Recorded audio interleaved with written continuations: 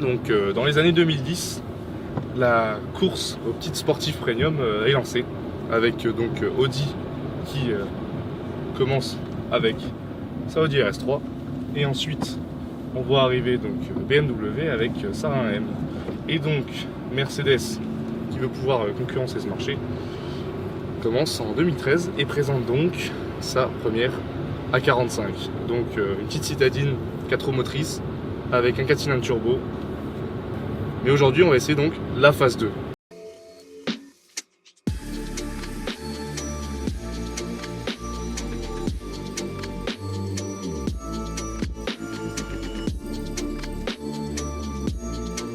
Vous avez donc opté pour une classe A, donc 45 AMG, et non une RS3 ou une M2, parce que c'est un peu plus discret. Comme on le voit, c'est quand même... il y a moins de différence, par exemple, entre une classe A et une A45, surtout celle-ci, sans le pack aéro, qui est beaucoup plus typée daily, qu'une M2 et une série 2, ou bien une A3 et une RS3. Mais bon, on a quand même sous le capot la chance d'avoir le 4 cylindres le plus puissant de l'époque. À l'époque, en 2016, quand sort ce 4 cylindres 2 litres turbo de 380 chevaux avec un ratio de 191 chevaux par litre, c'est énorme, juste énorme. Donc il y a vraiment largement de quoi se satelliser et on est au-dessus de la concurrence parce qu'à l'époque la RS3, eh bien, elle fait quand même déjà 360 chevaux et la M2 c'est 370 dans la version compétition parce que la version basse c'était 340. Donc on reste quand même au-dessus. Cette voiture reste à la base quand même une traction, donc on peut avoir soit 100% de la traction sur les roues avant, soit jusqu'à 50-50, donc parce qu'on est en 4matic, donc c'est la transmission intégrale de chez Mercedes. Celle-ci c'est surtout, vu que de base c'est une traction, on reste avec ce comportement-là principalement, et après elle peut passer donc en 4 roues motrices s'il y a besoin. On a donc une boîte à double embrayage à 7 rapports. Donc sur celle-ci, comme je disais, il n'y a pas le pack aéro. Par contre, on a pas mal de petits détails là en noir, etc. C'est la phase 2, donc déjà avec le bouclier avant, les jupes latérales, le bouclier arrière et le béquet et aussi le diffuseur qui ont changé, aussi les sorties de pot. Donc celle-ci reste quand même un peu agressive, faut se le dire. Elle est très très belle, en blanc comme ça, mais ça reste passe-partout. C'est-à-dire que quelqu'un qui n'y connaît rien, sans le pack aéro, il voit une classe A normale de chez Mercedes. Vous avez une belle voiture, mais pas non plus une voiture de sport camouflée, on va dire, comme celle-ci. Bon, on reste quand même avec, sur la calandre, des petits badges AMG juste ici. Et bien sûr, coque de rétro noir, tous les petits détails en noir. Le logo turbo et 4matic ici. Et il n'y a pas grand-chose de très ostentatoire sur cette voiture. À part les jantes ici. On a quand même du 19 pouces. Elles sont vraiment très très grandes. Avec de gros étriers qui font le diamètre, je ne le connais pas, mais on a déjà du percé ventilé pour que ça freine quand même correctement. On a les très beaux feux de chez Mercedes qui marchent super bien. Et quand même une très belle gueule. Et sur celle-là, on a le toit au vent, juste ici. Mais ça marche quand même très très bien, c'est très efficace. Moins de sonorité qu'une RS3 par exemple, ou qu'une M2, il n'y a pas ce 6 cylindres ou ce 2 litres 5 cylindres de chez Audi, mais pour un 4 cylindres ça sonne vraiment très bien. Quand même un 2 litres Atmo. Et celle-là donc a la chance d'avoir l'échappement performance, donc qui fait un super son. Revenons donc sur le cœur de la bête. On a quand même donc le 2 litres turbo de 380 chevaux et 475 Nm de couple. Donc on a vraiment de quoi fumer le train avant. Et le train arrière au passage, vu que c'est une 4 roues motrices, quand elle le souhaite. Et on a la chance d'avoir un 0 à 100 4 secondes 2. 4 secondes 2 pour une citadine, enfin, petite berline citadine, c'est énorme. Bon après, ça reste aussi donc une Mercedes. On a un superbe intérieur. Là, du cuir partout sur les portes, vraiment. Un beau volant en cuir. Toute la console centrale, tout le tableau de bord est en cuir. On a par contre un espèce de carbone en tissu qui est vraiment pas ouf. Après, j'en ai discuté avec le propriétaire un peu. C'est une classe A, donc c'est pas non plus une C63 AMG ou etc. On peut pas avoir une voiture extraordinaire pour faire la concurrence avec celle-ci. Faut quand même garder un bas de gamme, on va dire, entre guillemets. Dans la gamme AMG, c'est le plus bas, hein. On peut pas avoir moins bien. C'est déjà largement, c'est vraiment super bien. On a de l'alu aussi. Là, c'est config avec surpiqûre rouge, détail en aluminium et cuir de partout. On a les bus de ventilation avec un cerclage rouge. On a l'écran central avec tous les boutons au milieu sur la console. Un rangement avec allume-cigare. Bien sûr, sous la coudoir, un rangement avec de quoi faire. On a 2 porte-gobelets, on va être tranquille. Toutes les commandes de réglage de siège, parce que ça c'est les sièges confort, sont électriques. Et donc on a toutes les commandes au niveau de la porte, avec mémoire de forme, etc. Et des rangements, donc vide-poche sur les côtés. Le bouton Engine Start en aluminium. On a aussi la chance d'avoir les ceintures rouges.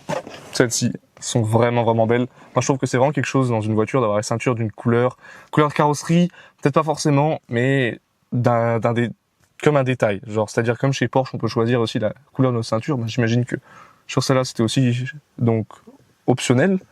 Mais là, ça rappelle bien les surpiqûres, etc. Et ça fait pas une ceinture basique noire. On a notre petit sélectionneur de vitesse aussi au milieu. Il est vraiment tout petit, hein. Il y a de quoi mettre 2 doigts grand max. Et avec recul, neutre, drive. Et après, notre parking. Et derrière, on a une sorte de magnétino, un peu comme chez Ferrari, mais là, qui va nous changer donc de confort, sport à sport plus. Pour avoir le choix dans nos modes de conduite, parce qu'on a la chance d'avoir différents modes de conduite. Nos compteurs sont gradués jusqu'à 320 km/h. Bon, je pense pas qu'elle les prend, déjà elle est limitée électroniquement à 250. Et en option, on peut atteindre 280 km/h. Et la zone rouge est à 6300 tours minute. Et avec tout notre couple qui va s'atteindre de toute façon à 4000 tours minute. À l'arrière, on a quand même pas mal, c'est très habitable, on va dire. T'as quand même la place pour avoir des gens assez grands. Bon, je suis pas très grand, je fais un 75, hein, mais je suis pas emmerdé au niveau des jambes. Là, ça va. On a un peu d'alu là, c'est vraiment sympa. On a de l'alu sur la porte, autour, ici, sur la poignée de porte. On retrouve nos ceintures rouges. Et on a des sortes de sièges pas baquets, hein, comme par exemple sur un Puro Sangue, etc., ou une GT63S. Mais on a des sièges qui sont quand même un peu formés, un peu type comme les sièges avant. C'est-à-dire que ça va pas revenir et nous envelopper comme un baquet, mais c'est très sympa avec un appui-tête fixe et quand même des sièges qui sont perforés, sur piqûre rouge, etc. Les 2 bus de ventilation. Il y a même ici une prise 12 volts avec peut-être cendrier ou juste un rangement. On a des rangements encore dans les portes, des enceintes, donc ici et juste là. Et ensuite, notre magnifique toit ouvrant avec un peu de place quand même. Ça reste une petite berline ou une citadine, mais très utilisable au quotidien et très habitable. Donc parlons maintenant de l'arrière de cette petite A45. On a quand même les 4 sorties de pot, enfin 2 doubles sorties de pot, avec donc l'échappement performance. Vraiment sympa, la sonorité est vraiment sympa. On a un petit béquet en plus, parce qu'on n'a pas quand même le pack aéro avec l'énorme aileron, donc on a juste un petit béquet. Je trouve qu'il est parfait, vraiment, ça rajoute ce qu'il faut de sportivité. Et ce diffuseur assez imposant quand même, hein, faut se le dire. Il est pas tout petit, mais il reste sympa. Il est un peu conséquent, on va le dire, mais ça va. Bon, on reste quand même avec un coffre assez utilisable. Donc on a la chance d'avoir 370 litres de coffre, donc largement assez pour mettre, je sais pas moi, vous avez des kilos de drogue à transporter ou bien des macabées. Il y a de quoi faire, sans problème. Bon, il n'y a pas de roue de secours sur celle-là, vous avez juste une petite trappe avec de quoi ranger des choses en dessous. Je sais pas si la roue de secours est en option ou pas, mais ça reste quand même une très belle voiture utilisable au quotidien pour les courses ou des petits trajets en Belgique.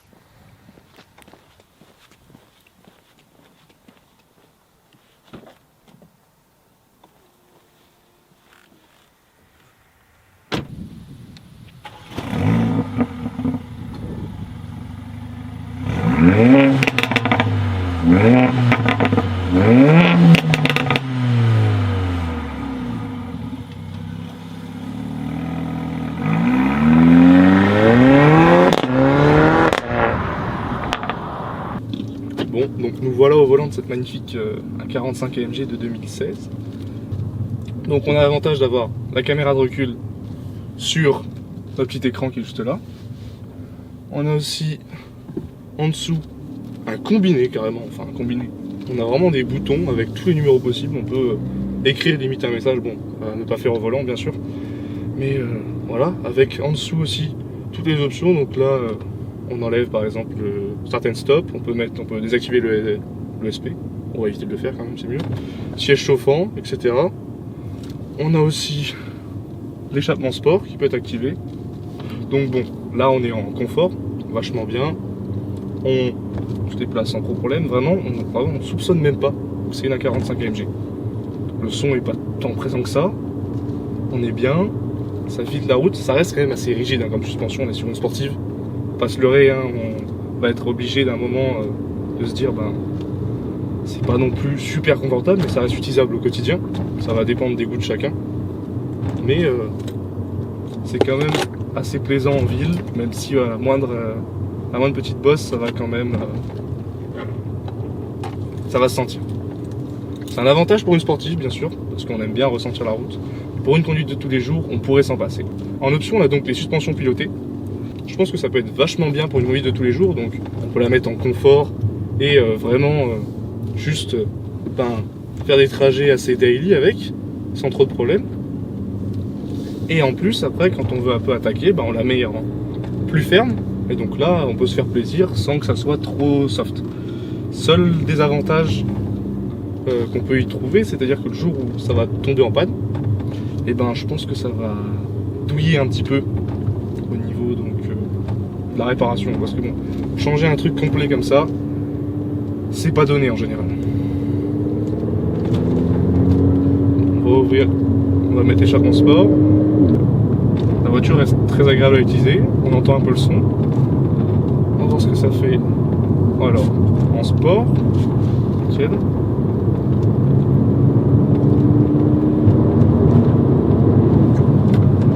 Voilà, les freins ont un mordant. Ouais, le petit rétrogradage là, fort sympathique.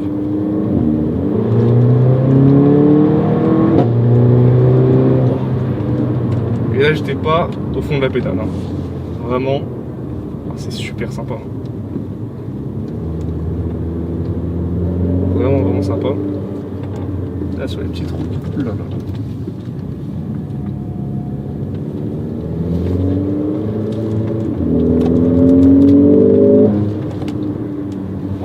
Ça a une motricité, ça marche très très bien, ça nous tire vraiment. Waouh, c'est un missile. Quand on est en confort et en sport, elle ne met pas l'échappement directement. Donc entre guillemets ouvert, je pense que c'est un système de valve avec l'échappement performance. Et du coup on peut rester entre guillemets discret même en sport. Mais on peut toujours l'activer indépendamment, c'est ça qui est pratique. Donc on peut se mettre en confort et activer l'échappement. Ou se mettre en sport plus et désactiver l'échappement. Ce qui est un peu con, hein, mais pourquoi pas. Là on va voir ce que ça donne en sport plus.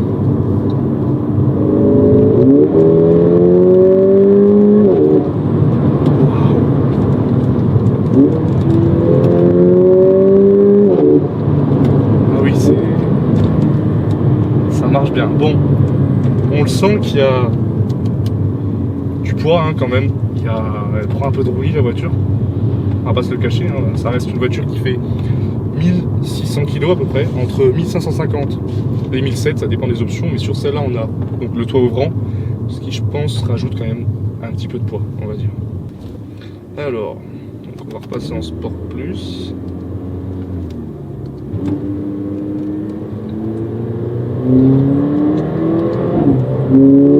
Là à fond. Wow. Et la boîte est assez rapide.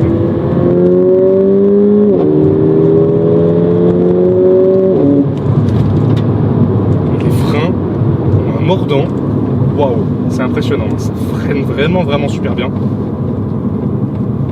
On peut se faire peur hein, bien sûr, mais les freins, waouh. Et pourtant c'est que de l'acier entre guillemets, hein. On n'a pas des carbones céramiques et tout, sachant que les carbones céramiques en général il faut les chauffer avant. Mais là waouh, on est, c'est super efficace, c'est incroyablement bien. Et bon au niveau des dodanes elle passe super bien, vraiment aucun souci. Elle n'est pas si basse que ça, et puis vu que l'avant est assez, comment dire, et pas très long, et ça passe sans trop de problème. Quand on a l'option Dynamic Plus, qui n'a pas celle-ci elle reste quand même plutôt On n'a pas tout le pack Dynamic Plus, ça qui est pratique aussi, c'est que ça ne nous coûte pas une couille qu'on a besoin de changer les suspensions pilotées.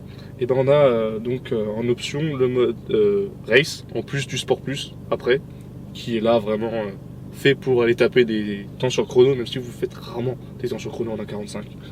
Vraiment, préférez prendre un GT4, c'est mieux en général. Et en virage, elle bouge pas, elle est rigide.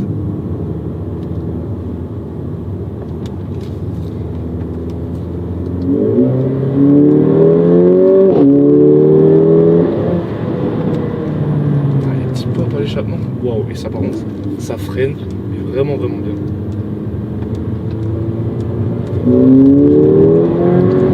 Voilà, on peut lui sauter là, le train avant il a cherché sa route.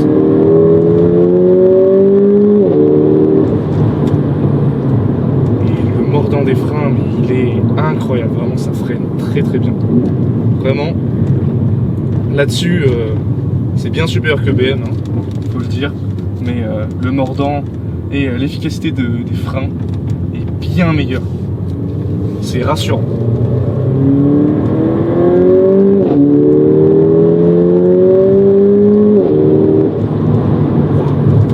On a juste envie d'aller chercher le rupteur et d'entendre les pops à l'échappement, c'est addictif, complètement addictif.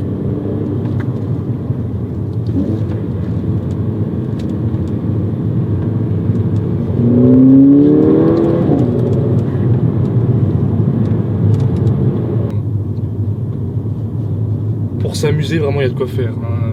Largement, si on veut s'amuser à un moment sur des petites routes ou aller même faire un col, c'est une dinguerie. Vraiment très bien. Efficace, il y a du couple tout le temps. On peut s'amuser sans trop de problème. Et la voiture est accessible, on va dire. 35 000 €, c'est vraiment un exemplaire parfait. Au niveau pour manœuvrer, genre c'est sympa, vraiment l'angle de braquage est bien. Il y a vraiment de quoi faire un petit demi-tour. Bon après, ça reste une sportive, donc entre guillemets, il y a quand même, c'est censé être assez précis. Donc vous n'allez pas faire un demi-tour sans faire au moins une marche arrière, mais c'est pratique. Vous pouvez vous garer en ville sans trop de problème. En plus, c'est l'option pour se garer toute seule. Ça, j'ai jamais vu sur une voiture. Enfin, moi, j'ai jamais vu faire, mais c'est impressionnant, très impressionnant. Et utilisable au quotidien. Donc daily, sportive, très bien, avec un son vraiment sympa. Bon, faut aller chercher un petit peu le rupteur, quand même. Enfin, peut-être pas jusqu'au rupteur, mais au-dessus des 4005 pour avoir le petit pop. Mais sinon, c'est parfait, juste une très bonne voiture. On est quand même maintenu dans le siège confort. Il y a quand même des petits maintiens lombaires, donc ça va. Et ils ont l'air d'être confortables pour tous les jours. Voilà. Bon, parlons donc un peu de la consommation. On va dire que là, on a un peu arwané, on était à 18 litres. C'est quand même conséquent, hein, on va pas se le cacher. Mais sinon, en conduite de tous les jours, on est plutôt à 12 litres. Et sur autoroute, au régulateur, etc., on peut se mettre à 8 litres sans trop de problème. C'est ce qui m'a étonné sur cette voiture, vraiment, c'est que la consommation sur autoroute est très faible. En même temps, on est à vitesse constante, etc., donc c'est bien.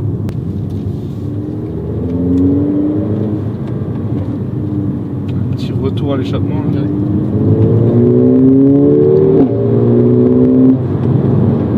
En descente, on rappelle. Mais là, ouais, ça marche super bien. Passage de rapport assez rapide. C'est pas non plus une Porsche, hein, ou c'est pas une PDK ou une boîte de McLaren, etc. Hein, mais c'est largement suffisant.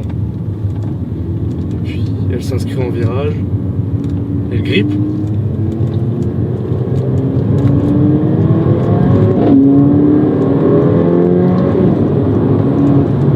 C'est juste un missile, hein. Une fois que c'est lancé, ça y va. Ça doit monter comme ça jusqu'à 200 sans aucun problème. Malheureusement, on n'a pas l'autobahn à côté, donc on va pas faire ce genre de conneries, mais waouh!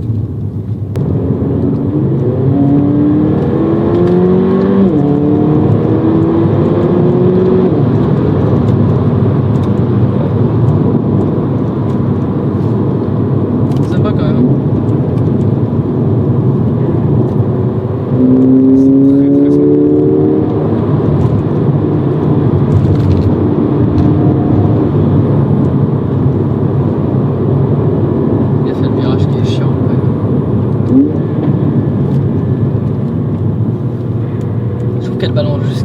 pop et en claque. Non, là.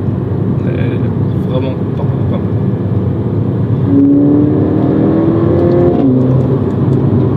Puis là, les virages à bonne vitesse, putain, elle les tient bien.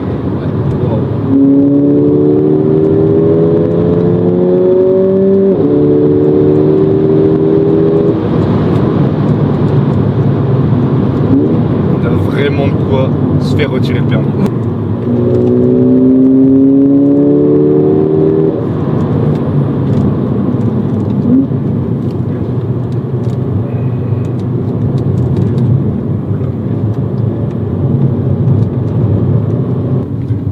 La direction est sympa aussi, vraiment.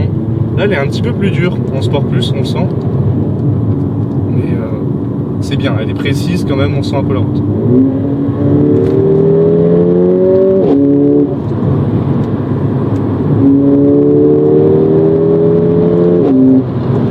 Oh, et les freins, qu'est-ce que c'est efficace. Et retour à l'échappement.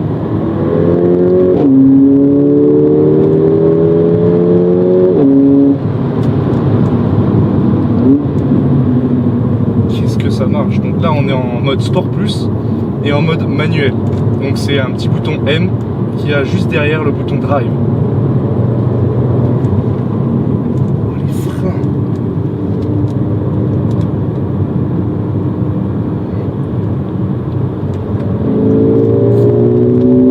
Qu'est-ce que ça marche.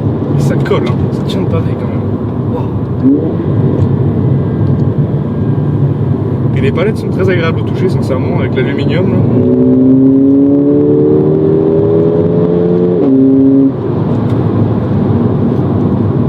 Waouh, c'est une arme de guerre, vraiment une arme de guerre. Sincèrement, super efficace. Alors là, sensation, palette et tout, etc. Super cool. Niveau suspension, c'est rigide, c'est super bien quand on veut s'amuser. Bon, daily un tout petit peu moins, mais ça c'est à vous de choisir aussi hein, quand même. Et putain que ça marche, c'est super efficace. Et puis donc, si vous cherchez une voiture dans ce budget-là à peu près, genre là on va dire que ça vaut 35 000 €, ce genre de voiture. Bah, on n'a pas grand-chose qui vienne à la cheville de ça quand même. Bah si, pour 35 000 € vous avez des... on peut avoir des 240i avec un kilométrage un peu plus élevé et en plus ben, elles sont souvent en propulsion. Quelquefois elles sont en traction, ça dépend encore. Oh, pardon, propulsion, BM traction et plus qu'encore. La nouvelle série. Hein. Voilà. Qui ressemble à une Kia.